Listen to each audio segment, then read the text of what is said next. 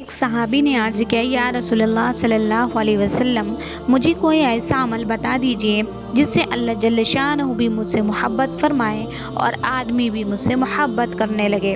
حضور صلی اللہ علیہ وسلم نے ارشاد فرمایا کہ دنیا سے بے رغبتی پیدا کر لو، حق تعالی شانہ تم کو محبوب رکھیں گے، اور لوگوں کے پاس جو چیزیں ہیں مال وغیرہ ان سے بے رغبتی پیدا کر لو، وہ بھی تم سے محبت کرنے لگیں گے۔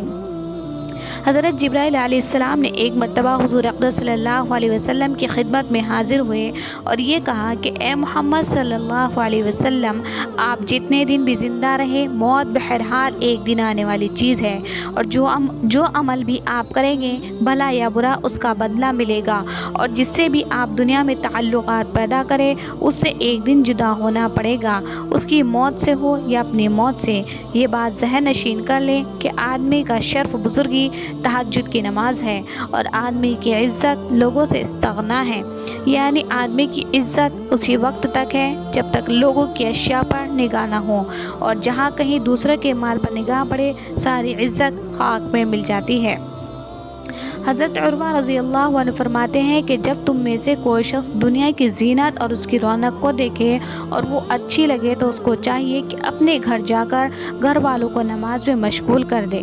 اس لیے کہ حق تعالی شانہ نے اپنے نبی صلی اللہ علیہ وسلم کو ارشاد فرمایا، لا تمدن عینیک، اور ہرگز آپ اپنی آنکھ اٹھا کر بھی نہ دیکھیں ان چیزوں کی طرف جو ہم نے ان دنیا داروں کو دے رکھی ہیں، تاکہ ان چیزوں سے ان کا امتحان لے۔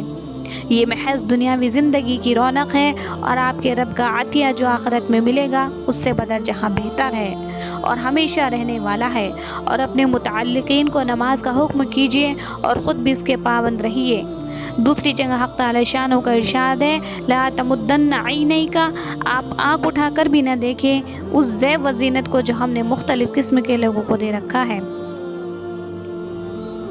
امام غزالی رحمۃ اللہ علیہ فرماتے ہیں کہ فقر بہت محمود چیز ہے، لیکن یہ ضروری ہے کہ وہ شخص قناعت کرنے والا ہو، لوگوں کے پاس جو اموال ہے ان میں طمع نہ رکھتا ہو، ان کی طرف ذرا بھی التفات نہ کرتا ہو، اور نہ مال کے کمانے کی اس میں حرص ہو۔ اور یہ سب چیزیں جب ہی ہو سکتی ہیں جبکہ آدمی اپنے اخراجات میں نہایت ہی کمی کرنے والا ہو، کھانے میں، لباس میں، مکان میں کم سے کم اور مجبوری کے درجے پر کفایت کرنے والا ہو، اور گھٹیا سے گھٹیا چیز پر قناعت کرنے والا ہو۔ اگر کسی چیز کی ضرورت محسوس ہو تو ایک مہینے کے اندر اندر کی ضرورت کا تو خیال ہو، اس سے آگے کی کسی چیز کی طرف اپنے خیال اور دھیان کو نہ لگائے۔ اگر اس سے آگے کی سوچ میں پڑ جائے گا تو قناعت کی عزت سے محروم ہو کر حرص و طمع کی ذلت میں پھنس جائے گا، اور اس کی وجہ سے بری عادتیں پیدا ہو جائیں گی۔ مگر وہ چیزیں اختیار کرنا پڑ جائے گی، اس لیے کہ آدمی بالطبع حریص ہے۔ حضور صلی اللہ علیہ وسلم کا ارشاد ہے کہ آدمی کے لیے 2 جنگل سونے کے ہو جائیں تب بھی وہ تیسرے کی فکر میں لگ جائے گا۔ حضرت ابو موسیٰ اشعری رحمۃ اللہ علیہ فرماتے ہیں کہ ایک سورت اتنی بڑی جتنی کہ سورہ براء نازل ہوئی تھی پھر وہ منسوخ ہو گئی۔ اس میں یہ مضمون یاد ہے کہ اللہ تعالی شانہ اس دین کی مدد ایسے فاسق اور فاجر لوگوں سے بھی کرتے ہیں جن کا کوئی حصہ دین میں نہ ہو، اور اگر آدمی کے لیے 2 جنگل مال کے ہو جائیں تو وہ تیسرے کی تمنا کرتا ہے۔ آدمی کا پیٹ قبر کی مٹی ہی بھر سکتی ہے، البتہ اگر کوئی شخص توبہ کر لے تو حق تعالی شانہ توبہ کو قبول کرتے ہیں۔ اور حضور صلی اللہ علیہ وسلم کا ارشاد ہے کہ 2 حریص آدمیوں کا کبھی پیٹ نہیں بھرتا، ایک وہ شخص جو علم کا حریص ہو، اس کو علم کا چسکا لگ گیا ہو کہ کسی وقت اس کا دل نہیں بھرتا، دوسرا وہ شخص جو مال کا حریص ہو، اور چونکہ آدمی کی جبلت میں یہ مہلک چیز ہے، اسی بنا پر حق تعالی شانہ نے حضور صلی اللہ علیہ وسلم نے قناعت کی بڑی تعریف فرمائی۔ حضور صلی اللہ علیہ وسلم کا ارشاد مبارک ہے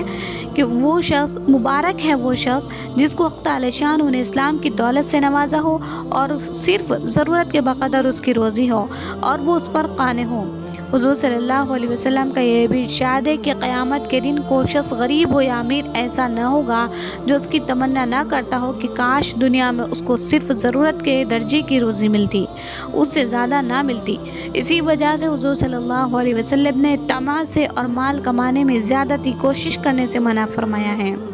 حضور صلی اللہ علیہ وسلم کا ارشاد ہے کہ لوگوں، مال کے حاصل کرنے میں اچھا طریقہ اختیار کیا کرو، برے طریقے سے نہ کماؤ، اس لیے کہ آدمی کو مقدر سے زیادہ تو ملتا نہیں، اور جو مقدر ہے وہ بہرحال مل کر رہے گا۔ آدمی اس وقت تک مر ہی نہیں سکتا جب تک اس کا جو مقدر حصہ ہے وہ ذلیل اور مجبور ہو کر اس تک نہ پہنچ جائے۔